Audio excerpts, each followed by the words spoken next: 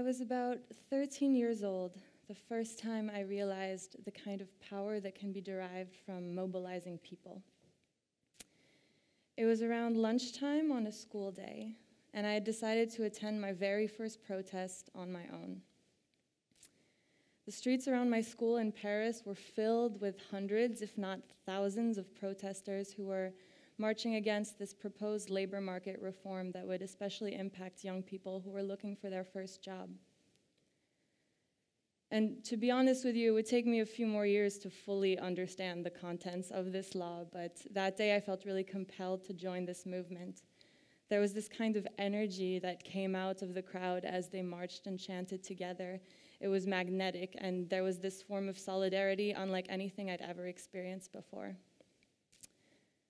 Over the next few months, I would follow attentively as the protests continued and momentum gathered, and the French government eventually revoked the law. That was my first real taste of activism, and I didn't realize it at the time, but it would come to shape the way I see the world and the kind of work that I decided to devote my time to. Over the last few years, I've started to build my career in human rights, and I've witnessed a lot of things and experienced a lot of moments that made me think back to that first protest and really reflect on the importance of engaging directly with people and mobilizing communities. I want to share some of these reflections today because I think they're especially important at a time when human rights faces a lot of challenges and a lot of backlash and a lot of pushback. So my first job in human rights started off with a bang. I had just graduated from undergrad, and I moved to New York City to work for an organization that focused on reproductive rights, specifically advancing reproductive rights through the law. And about 2 weeks into this new job, a nationwide scandal erupted, which accused one of the US's largest reproductive health care providers, Planned Parenthood, of making profits off of selling fetal tissue that they obtained through abortions they performed for their patients.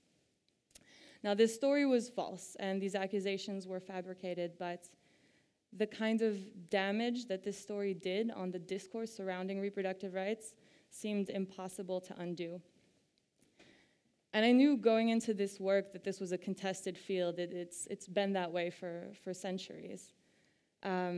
Reproductive rights fall at the intersection of a lot of complex issues that I think society really struggles to deal with, like sexuality and reproductive freedom and racial justice and economic justice and gender equality. And because of this, reproductive rights are very often scapegoated, and they're often used as bargaining tools in struggles for political power. So of course I realized all of this going into this work, but this story with Planned Parenthood was the first time I was experiencing the damage that this misinformation could do in a very visceral way. And for me, engaging in this work every day and defending it every day became a really emotional task. A lot of formerly neutral things for me kind of lost their neutrality. And even simple questions like, so what do you do? Kind of started to feel like ideological minefields that I had to navigate, where I may suddenly be asked to provide decisive answers to completely impossible questions like, when does human life begin? For some of my peers, even getting to work in the morning meant wading through groups of angry people who had gathered outside of their office buildings to insult or threaten them. If you were a person who supported someone's freedom to choose whether or not to carry to term a pregnancy, you were seen as evil. And it didn't matter what the facts were, and it didn't matter how important this work was, the discussion ended there. And this is known, but this was particularly frustrating to me because I could see the importance of this work every day. Ensuring safe and legal access to abortion is definitely a big part of reproductive rights, and it was a big part of the work I did, but it's only one facet of this broader spectrum on which reproductive health exists. And working in reproductive rights also involves advocating for comprehensive sex ed. It involves improving sexual and reproductive health literacy and agency across populations. It involves advocating for comprehensive access to contraceptives and even quality maternal health care. These are not, or I don't think these should be contested issues.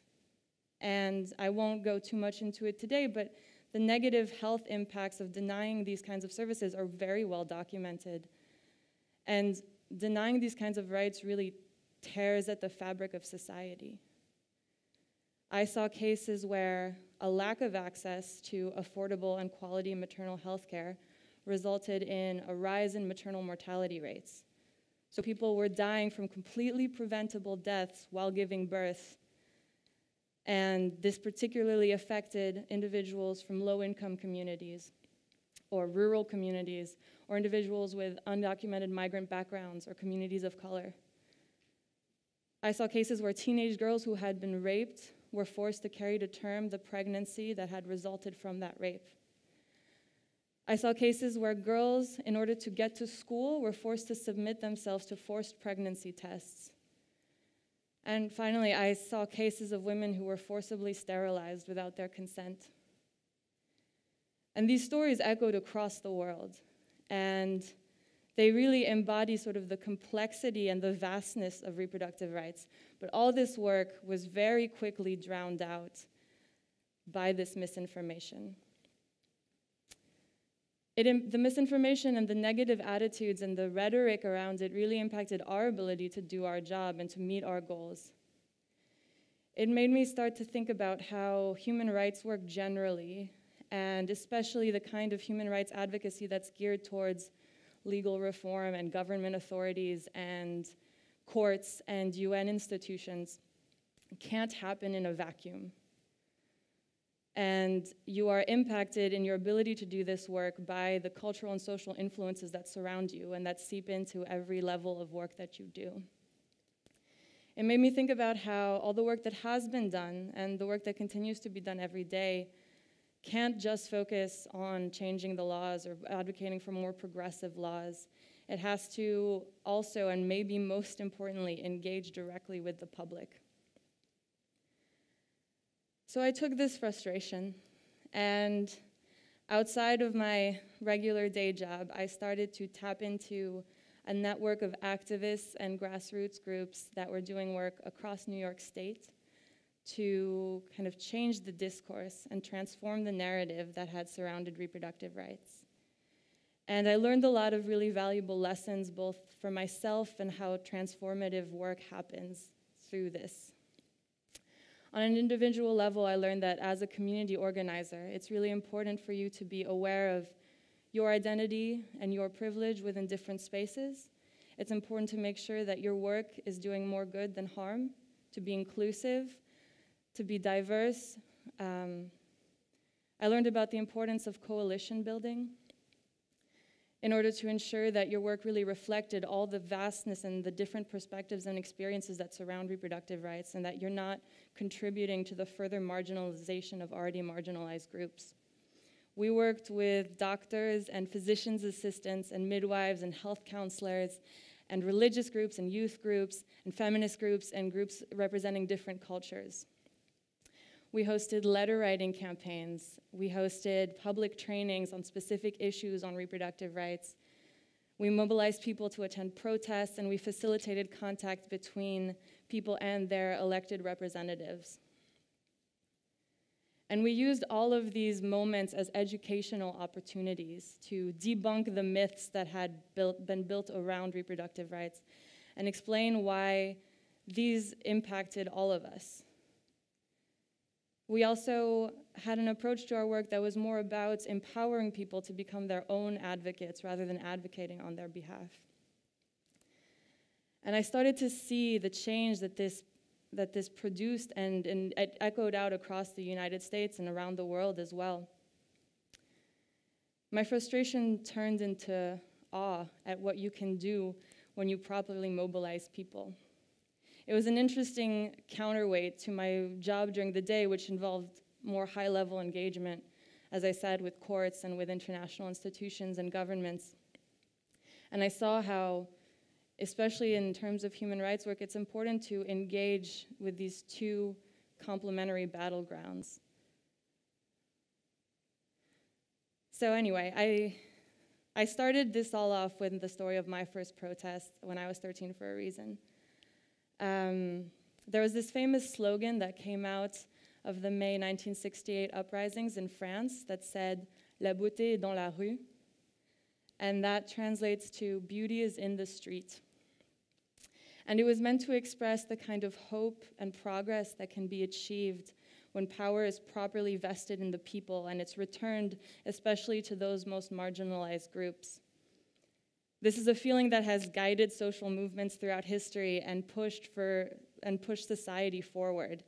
I was filled with that feeling that first time at that first protest when I was 13, and I kept experiencing it day after day after day throughout the last few years as I engaged in this work. And I saw the kind of positive impact that mass community mobilization could have on advancing rights as contested as reproductive rights. I think this is an especially important lesson now because reproductive rights faces a lot of opposition and a lot of backlash. And the discrimination that we see nowadays is the result of centuries of negative attitudes and stigma and discriminatory behavior and discrimination. So it's a long haul kind of challenge, but I think the outcome is worth the effort. Thank you.